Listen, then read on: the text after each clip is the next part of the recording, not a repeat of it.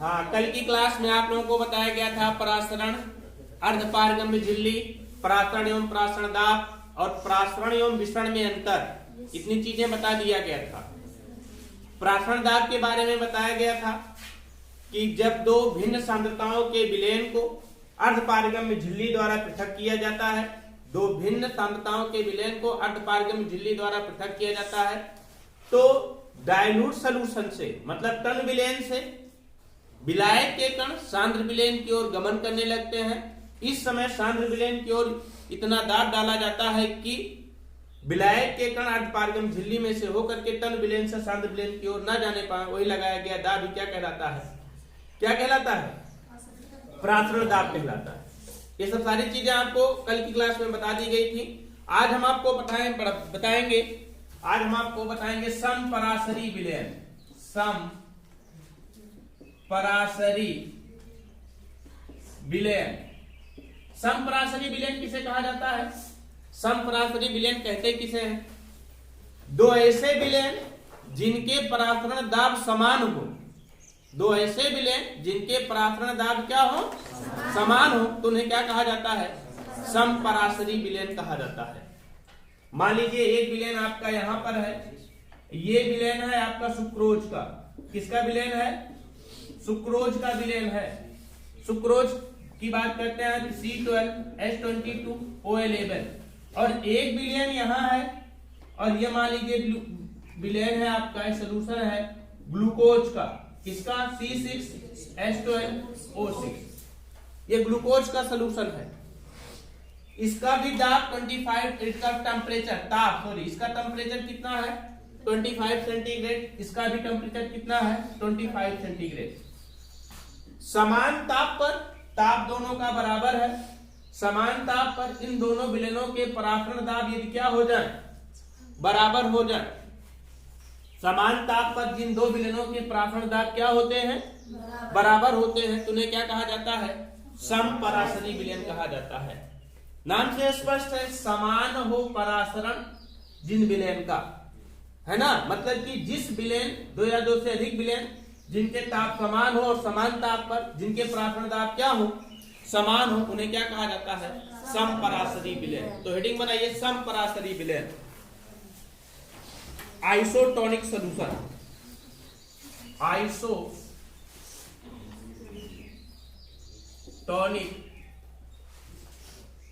Solution, isotonic solution.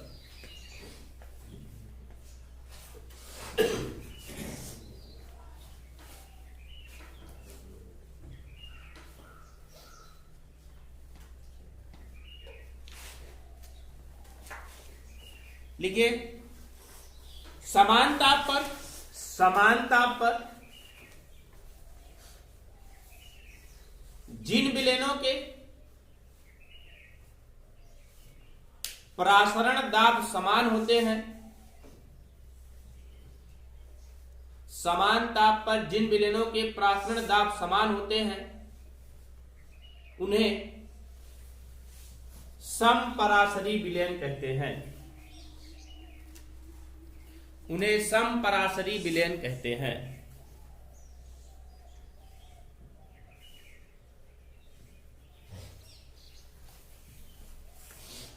उन्हें समपरासरी विलयन कहते हैं।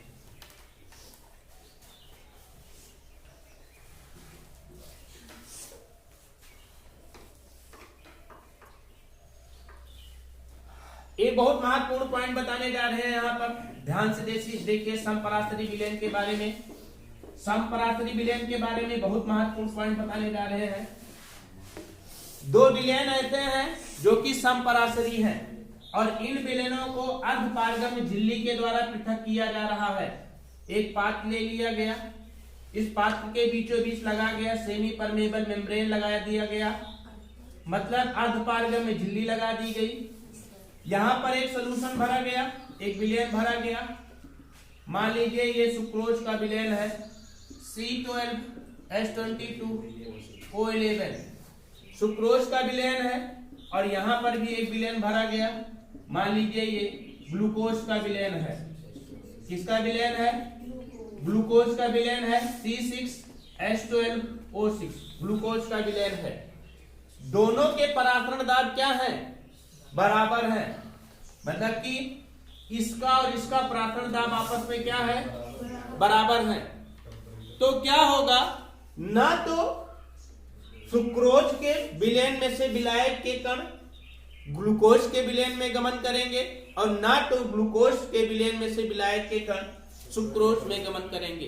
कुल मिलाकर के हमारे कहने का मतलब यह है कि समान ताप पर समपराशरी विलयनों को अर्धपारगम्य में झिल्ली द्वारा पृथक करने पर अर्धपारगम्य झिल्ली द्वारा पृथक करने पर अर्धपारगम्य झिल्ली में से होकर के विलायक के कण गमन नहीं करते हैं, या ये कह सकते हैं कि परासरण होता ही नहीं है। समझ पा रहे ना? जब दो समपराशरी विलयनों को अर्धपारगम्य झिल्ली द्वारा पृथक किया जाता है, जब दो समपराशरी विलयनों को अर्धपारगम्य झिल्ली द्वारा पृथक किया जाता है, तो विलायक के कण एक दूसरे में गमन नहीं करते हैं। इसका तात्पर्य हुआ कि समपराशरी विलयनों में परासरण की प्रक्रिया नहीं होती। समझ गए कि नहीं इसको? तो लिखिए इसी पॉइंट को स्टार लगा करके लिखिए, समान ताप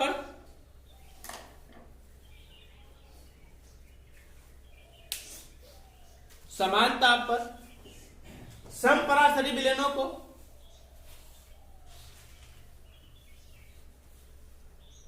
अर्धपारगम्य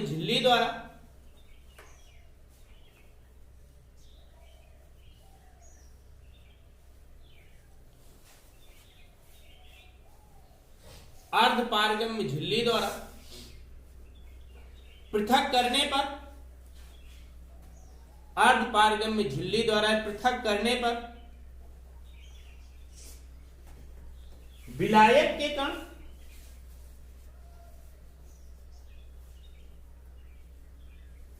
अर्धपारगम्य झिल्ली में से होकर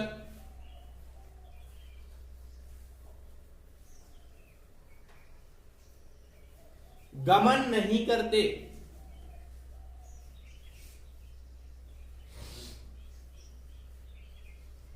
अर्थात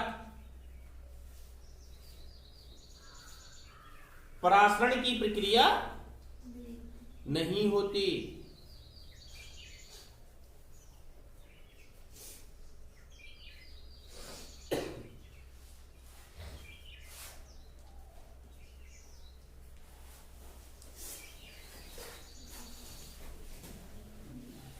समझ गए इसको ना, कि जब दो समपराशरी विलयन है और उनको अर्धपारगम्य झिल्ली द्वारा पृथक करते हैं, तो विलायक के कण अर्धपारगम्य झिल्ली में से होकर के गमन नहीं करते हैं। अब एक चीज यहीं पर हम और बताएंगे, समपराशरी विलयन के लिए एक पॉइंट और महत्वपूर्ण बताएंगे। समपराशरी विलयनों के समान ताप पर मोलर सांद्रताएं बराबर होती हैं। मान लीजिए एक विलयन ए है, और दूसरा विलयन कौन सा आपका? बी है। दोनों के परासरण दाब क्या है? समान है, अर्थात समपराशरी है। और इसमें मोलों की संख्याएं कितना है? मोलों की संख्या है आपका Na, और आयतन इसका कितना है? Va। इसमें मोलों की संख्याएं कितना है? Nb, और आयतन कितना है आपका? Vb। तो A की मोलर सांद्रता बराबर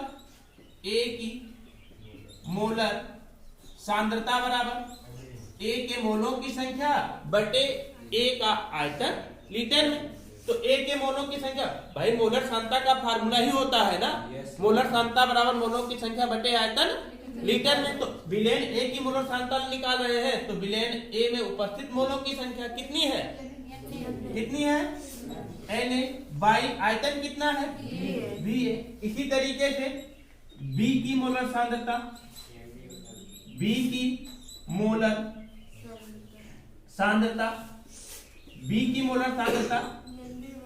कितना हो जाएगा? Nb बटे Vb, है ना। और अभी हमने बताया, क्या बताया अभी, कि समपराशरी विलयनों की मोलर सांद्रताएं क्या होती है? समान होती हैं। अर्थात लिखेंगे क्या हम? A की मोलर सांद्रता A की मोलर सांद्रता बराबर किसकी मोलर सांद्रता? B की मोलर सांद्रता। A की मोलर सांद्रता बराबर किसकी मोलर सांद्रता? B की मोलर सांद्रता। B की मोलर सांद्रता।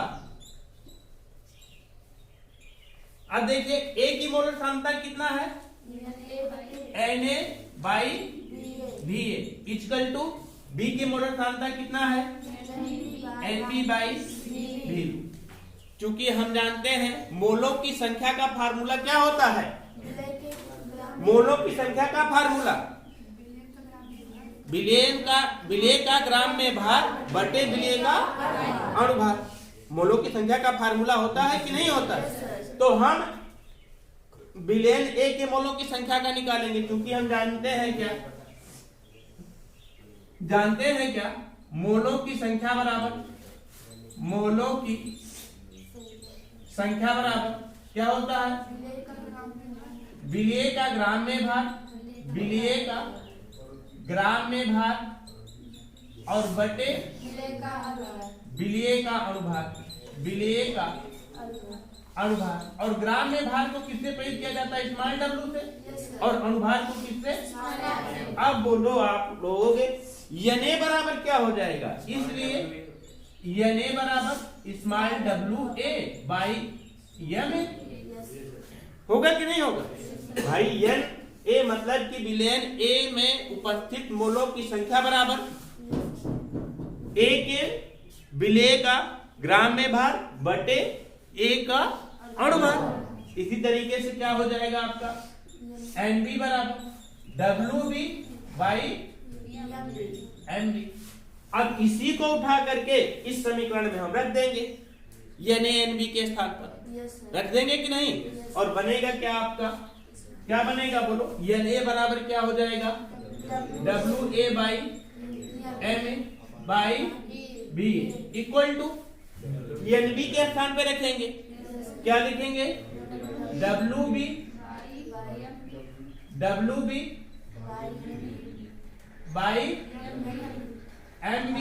पूरे का बटे V। यही हो गया क्या आपका एक फार्मूला। समझ गए ना? जहां क्या है? WA क्या है? विलेन A में उपस्थित विलेय का ग्राम में, और Ma क्या है? विलेन A में उपस्थित विलेय का अणुभार। और Va क्या है? आयतन। कौन से विलेन का? A का आयतन। इसी तरीके से WB क्या है? विलेन B में उपस्थित विलेय का ग्राम में भार। और MB क्या है? विलेन B में उपस्थित विलेय का अणुभार। और VB क्या है? विलेन B के। समझ गए कि नहीं? तो यहाँ पर एक स्टार लगा करके इसके बाद जहां तक लिखे उसके बाद एक स्टार लगाकर लिखोगे। क्या लिखोगे? कि समपराशरी विलेनों में मोलर सांद्रताएं क्या होती हैं? बराबर होती हैं। तो लिखिए एक चीज और जान लीजिए, यहीं पर एक पॉइंट और जान लीजिए, बहुत महत्वपूर्ण पॉइंट है। दो पदार्थ पर होते हैं, एक होता है वैद्युत अपघट्य और दूसरा होता है वैद्युत अनपघट्य, है ना? कौन सा होता है? वैद्युत अपघट्य और वैद्युत इलेक्ट्रोलाइटिक और नॉन इलेक्ट्रोलाइटिक। वैद्युत अपघट्य किसे कहा जाता है? जैसे देखिए बेटा, सोडियम क्लोराइड है, इसका हम जलीय विलयन बनाते हैं। तो जलीय विलयन बनाने के बाद ये टूट जाता है Na+Cl- में, और इसमें हम विद्युत धारा प्रवाहित करते हैं। इसमें विद्युत धारा प्रवाहित करते हैं, तो विद्युत धारा का प्रवाह आसानी से हो जाता है। क्यों हो जाता है? क्योंकि इसमें क्या है? आयंस है, Na+Cl- है। लेकिन अगर हम ग्लूकोज का जलीय विलयन बनाते हैं C6H12O6 और फिर इसमें हम वैद्युत धारा प्रवाहित करते हैं, तो इसमें वैद्युत धारा का प्रवाह नहीं होता है। तो इस प्रकार के विलयन को कौन सा विलयन कहेंगे? नॉन इलेक्ट्रोलाइटिक, मतलब कि वैद्युत अनपघट्य। और इस प्रकार के विलयन को क्या कहेंगे? वैद्युत अपघट्य अर्थात इलेक्ट्रोलाइटिक सॉल्यूशन।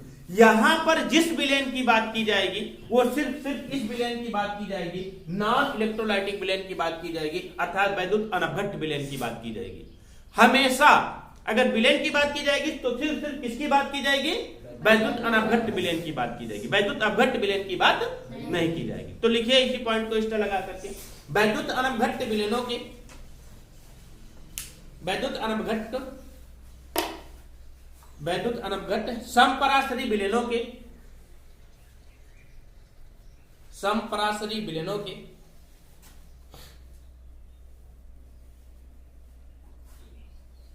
मोलर सांद्रताएं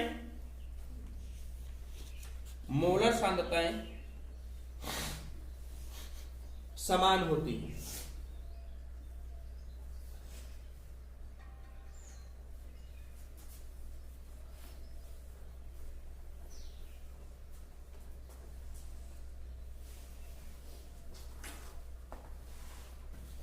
नई लाइन देखिए, माना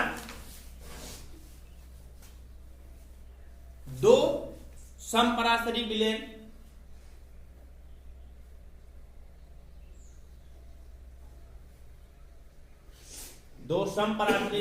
ए व बी है,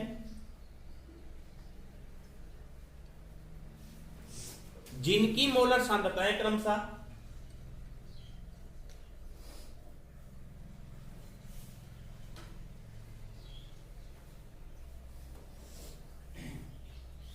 Na बाई Va व Nb बाई Vb है।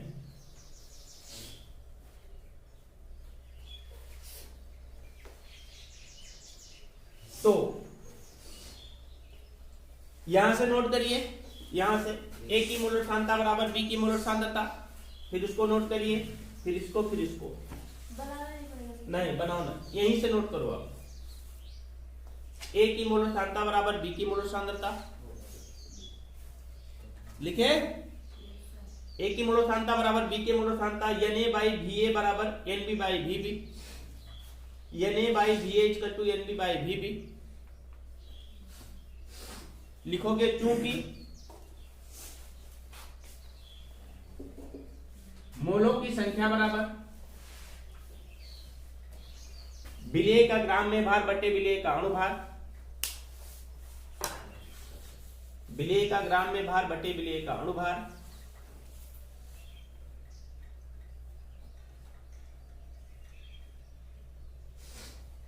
अर्थात small w by small m।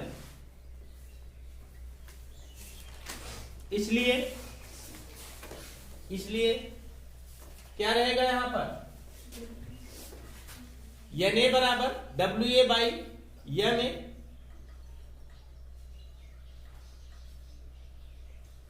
और Nb बराबर Wb बाई Nb। ये सब मान Na और Nb का मान उठा करके यहां पर रख देंगे इस समीकरण में, तो क्या हो जाएगा Wa by Ma by Va equal to Wb by Mb by Vb।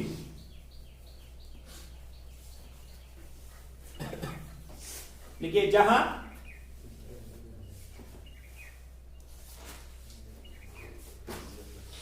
Wa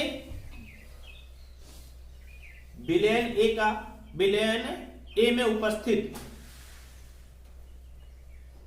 विलेय का ग्राम में भार, Wb क्या है, विलयन बी में उपस्थित, विलयन बी में उपस्थित विलेय का ग्राम में भार,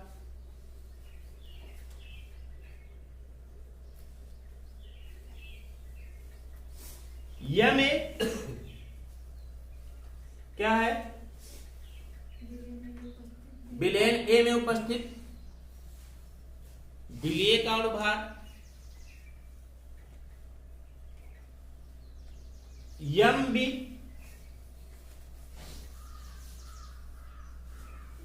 क्या है, विलयन बी में उपस्थित विलेय का अणुभार।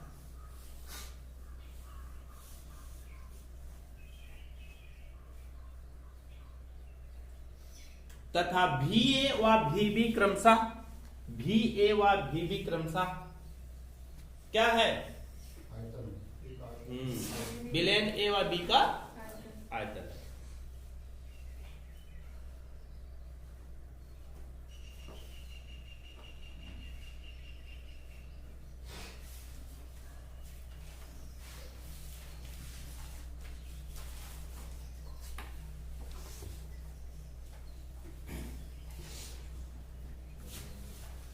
संपरासरी विलयन समझ गए ना? संपरासरी विलयन किसे कहा जाता है समझ गए ना? अब अगला पढ़िए आप लोग, समदाबी विलयन। समदाबी विलयन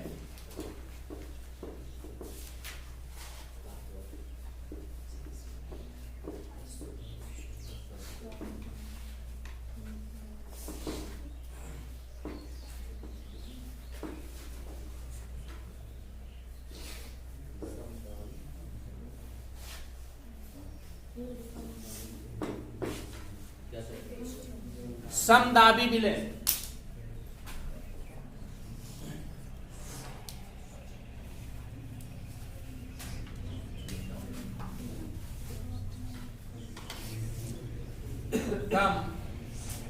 समदाबी विलयन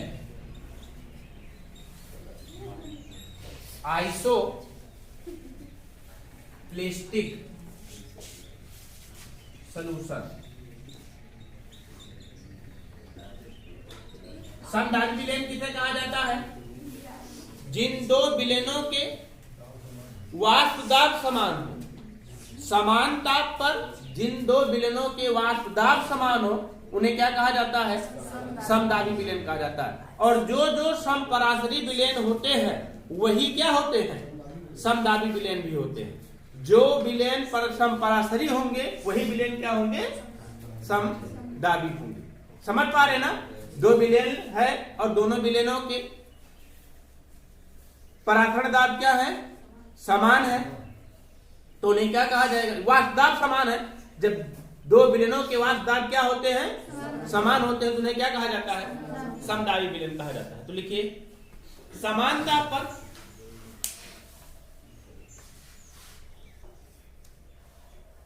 जिन दो विलयनों के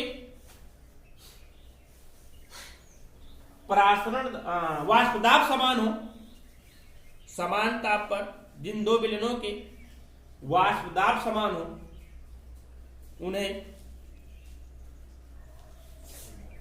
समदाबी विलयन कहते हैं।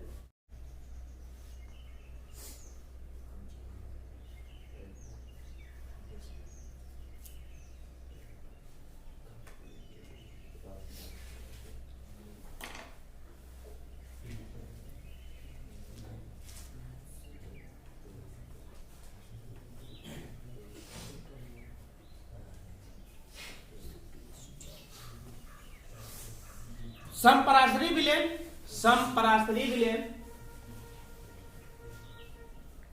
समदाबी भी होते हैं। समपरासरी विलयन समदाबी भी होते हैं।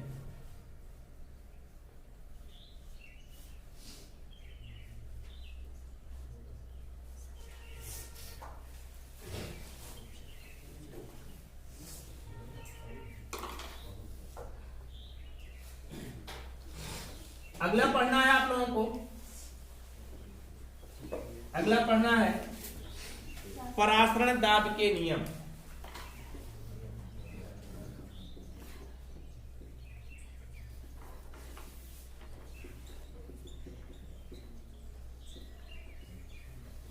परासरण दाब के नियम, law of osmotic pressure, law osmotic pressure, परासरण दाब के नियम, लॉ ऑफ ऑस्मोटिक प्रेशर आप लोगों ने पढ़ा होगा। समझिए, आप लोगों ने पढ़ा होगा गैसों के नियम, गैसों के नियम पढ़ा होगा आप लोगों ने। गैसों के नियम में पढ़ा होगा आपने चार्ल्स का नियम, चार्ल्स का नियम, सेकेंड बायल का नियम। इस तरीके से अनेक नियम, गैसों से संबंधित नियम पढ़े हैं कि नहीं पढ़े हैं? एक वैज्ञानिक आए, उनका नाम था वान हाफ। क्या नाम था? वान हाफ। J.H. वान हाफ एक्चुअली इनको कहा जाता है।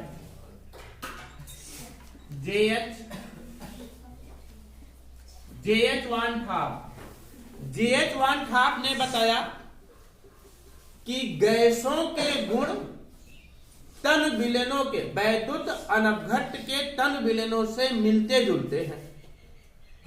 जो गैस है, मान लीजिए कोई गैस है, इस गैस का जो जो गुण होगा वो गुण किससे मिलेगा? वैद्युत अनवघट के तन विलयनों से। लेकिन ध्यान रखिएगा कि विलयन किसका होना चाहिए? नॉन इलेक्ट्रोलाइटिक सोल्यूशन होना चाहिए, मतलब कि वैद्युत अनअपघट होना चाहिए। वैद्युत अनवघट विलयन होना चाहिए। वैद्युत अनवघट का कौन सा विलयन होना चाहिए? तन विलयन होना चाहिए। इस वैद्युत अनवघट का तन विलयन का गुण किससे मिलता जुलता है? गैस से मिलता जुलता है। वान हाफ ने अपने प्रयोगों के द्वारा स्पष्ट किया था। तो उन्होंने कहा कि जब गैस और तन विलयन के गुण एक दूसरे से मिलते जुलते हैं, गैस और वैद्युत अनवघट के तन विलयन के गुण एक दूसरे से मिलते जुलते हैं, तो क्यों ना गैसों के सारे नियम को किस पर लगा दिया जाए? वैद्युत अनवघट के तन विलयन पर लगा दिया जाए। जो जो गुण, जो जो नियम गैसों पर लागू होता है, वही वही नियम किस पर लगाया जाए? वैद्युत अनवघट के तन विलयन पर लगा दिया जाए। तब नया नियम उन्होंने बनाया। गैसों के नियम को कहा गया चार्ल्स का नियम। तब इनका नियम हो जाएगा क्या? चार्ल्स वान हाफ नियम। दिया तो चार्ल्स ने था, लेकिन अब वान हाफ ने इसको कहां पर लगा करके सेट कर दिया? वैद्युत अनवघटों के तन विलयन पर सेट कर दिया। इसलिए उनको नाम दे दिया गया चार्ल्स वान हाफ नियम। बायल के नियम को, गैसीय नियम, बायल का गैसीय नियम था, उसको उठा करके ला करके वैद्युत अनवघट के तन विलयन पर सेट कर दिया, तो उसे कहा गया क्या? बायल वान हाफ। समझ रहे ना? तो अब आप लोगों को जो नियम पढ़ना है, विलयन, परासरण, दाब के नियम, जो नियम पढ़ने वही नियम पढ़े। गैसों के सारे नियम पढ़ने, लेकिन गैसों पर ना पढ़ करके उसको किस पर पढ़ना है? वैद्युत अनवघटों के तन विलयन। और इसको दिया किसने था? J.H. वान हाफ ने दिया था। और J.H. वान हाफ ने लाके सारे नियम को यहाँ पर लगा दिया, इसलिए उसके सामने क्या जोड़ दिया? वान हाफ नियम, बायल वान हाफ नियम, चार्ल्स वान हाफ। समझ गए ना? तो लिखिए, J.H. वान हाफ ने बताया कि J.H. वान हाफ ने बताया कि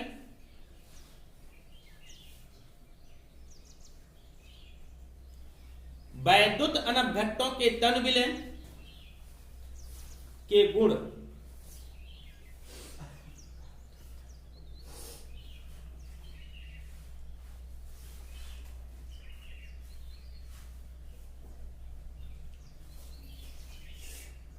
गैसीय नियमों से मिलते जुलते हैं।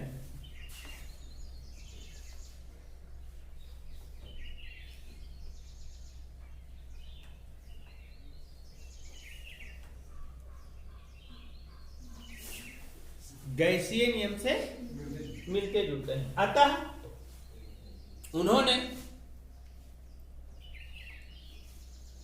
गैसों के नियम को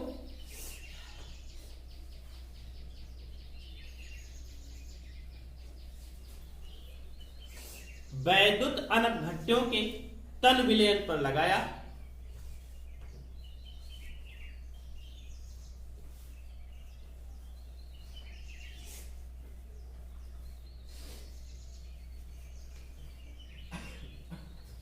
तन विलयन पर लगाया और परासरण दाब संबंधित नियम दिए।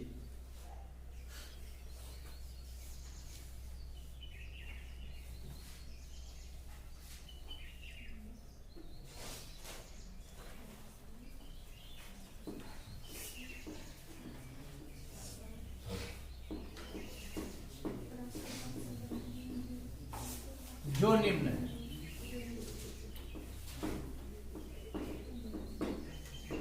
जो निम्न है।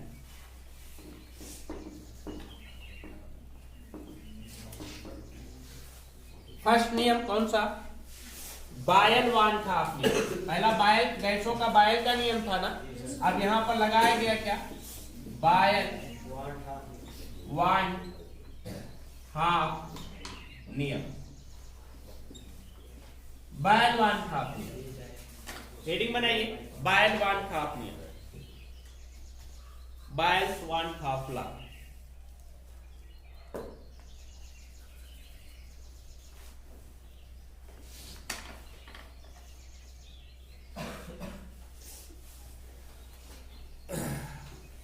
बायल वन हाफ लॉ क्या है, P proportional C, where P is परासरण दाब, C कंसंट्रेट मतलब कि सांद्रता, क्या सांद्रता, लेकिन कंडीशंस क्या है यहां पर, स्थिर ताप पर। यहीं पर बायल का नियम समझ जाइए, बायल वन हाफ नियम, स्थिर ताप पर किसी विलयन का परासरण दाब P उस विलयन की सांद्रता C के क्या होता है, समानुपाती होता है ना। स्थिर ताप पर किसी विलयन का परासरण दाब P, गैस नहीं बात करेंगे यहां पर, यहां हम किसकी बात करेंगे, विलयन, क्योंकि क्या लगा है वन हाफ, और वन हाफ ने किस पर प्रयोग किया था, वैद्युत घटकों के तन विलयन पर प्रयोग किया था, इसलिए यहां पर लिखेंगे स्थिर ताप पर किसी विलयन का परासरण दाब P उस विलयन की सांद्रता C के क्या होता है, समानुपाती होता है। इसे क्या कहा गया, बायल वन हाफ नियम कहा गया। और यहाँ पर प्रोपोर्शनल का चिन्ह हटा देंगे, इसलिए P इक्वल टू क्या हो जाएगा, KC, जहां K क्या है, जहां K एक स्थिरांक है, मतलब कि कांस्टेंट है, या यहीं पर हो जाएगा आपका क्या हो सकता है, बोलो क्या हो सकता है, यदि विलयन की सांद्रता को लिखा जाए मोल प्रति लीटर में, कितना मोल प्रति लीटर में सांद्रता को लिखा जाए तो क्या हो जाएगा, 1 मोल प्रति लीटर। सांद्रता का मतलब क्या, C मतलब 1 मोल प्रति लीटर, लीटर को यदि V में दिखाए तो हम लिखेंगे मोल प्रति लीटर का मतलब 1/V, C equal to 1/V, तो क्या हो जाएगा, P equal to K into 1/V, या PV इक्वल टू क्या हो जाएगा आपका, 1 मोल प्रति लीटर है ना, मोल प्रति लीटर में दिखाया जाए, सांद्रता को मोल प्रति लीटर में दिखाया जाए तो क्या हो जाएगा, PV इक्वल टू K। तो लिखिए स्थिर ताप पर, बायल वन इन्वर्टेड कामा में लिखिएगा, डबल इन्वर्टेड कामा, स्थिर ताप पर किसी विलयन का परासरण दाब P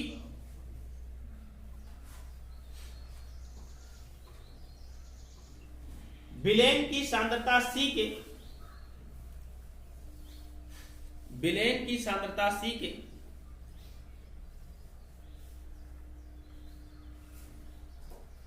समानुपाती होती है।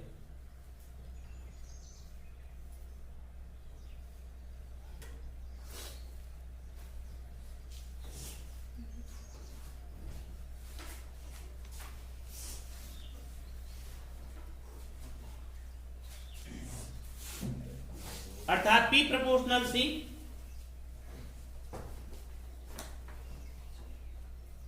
स्थिर ताप पर, या P इक्वल टू KC,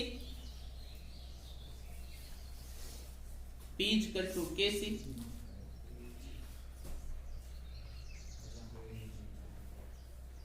जहां के क्या है, एक स्थिरांक है,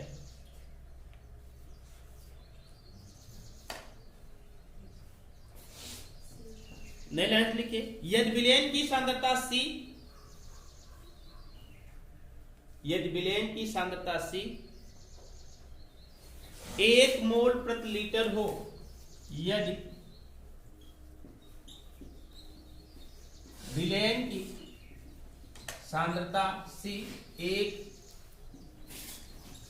मोल प्रति लीटर हो, तो C इक्वल टू 1/V, अतः P equal to K into 1/V, या PV इक्वल टू K, और K क्या है आपका, एक स्थिरांक। कांस्टेंट है। ये तो किसका नियम था? बायरवान थाप नियम हो गया। अब चार्ल्स का नियम पढ़े थे आप लोग, तो लिखेंगे क्या? चार्ल्स वान थाप नियम। कौन सा? चार्ल्स वान थाप नियम।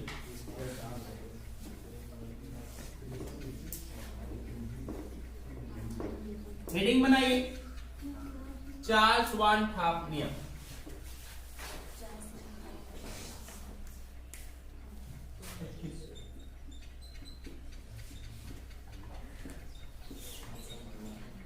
चार्ल्स वान थाप नियम। चार्ल्स वान थाप नियम क्या है? P proportional T, P proportional T, लेकिन कंडीशंस क्या होनी चाहिए? स्थिर सांद्रता पर, स्थिर सांद्रता पर। तो यहां पर डिफिनेशन क्या बनेगा? स्थिर सांद्रता पर किसी विलेन का परासरण दाब P उस विलेन के परम ताप के बारे में हमने बताया है 273 प्लस, अनसेंटीग्रेड में 273 प्लस तो केल्विन ताप में चेंज हो जाता है, जिसे परम ताप कहा जाता है ना। 273 को परम ताप कहते हैं। तो स्थिर सांद्रता पर किसी विलेन का परासरण दाब P उस विलेन के परम ताप T के क्या होता है? समानुपाती होता है। उस विलेन के परम ताप T के समानुपाती होता है, अर्थात P proportional T, P proportional T, या P इक्वल टू क्या हो जाएगा? K डैश T, जहां K डैश क्या है? एक स्थिरांक है, एक स्थिरांक है, या K डैश इक्वल टू क्या हो जाएगा? P by T। K dash equal to क्या हो जाएगा? P by T। तो लिखिए, इन्वर्टेड कॉमा में, डबल इन्वर्टेड कॉमा में लिखिएगा। देखिए, स्थिर सांद्रता पर, स्थिर सांद्रता पर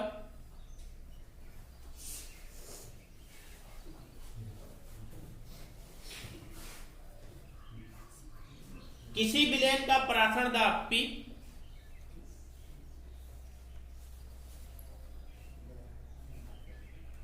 परासरण दाब P उस विलेन के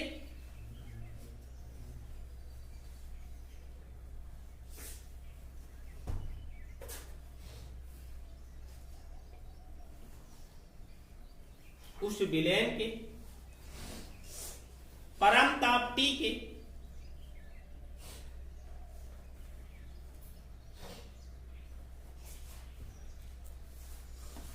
समानुपाती होता है।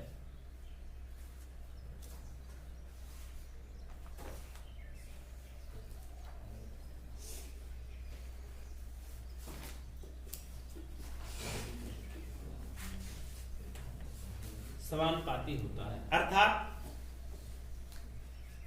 P प्रोपोर्शनल T,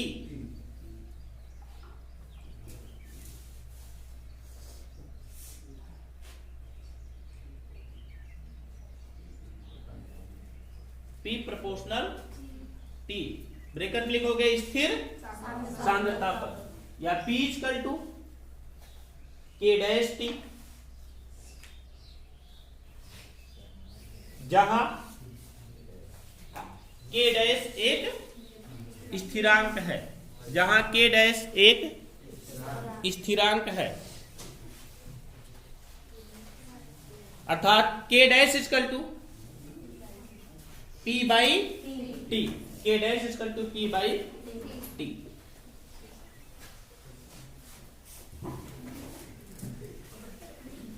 अगला लिखिए,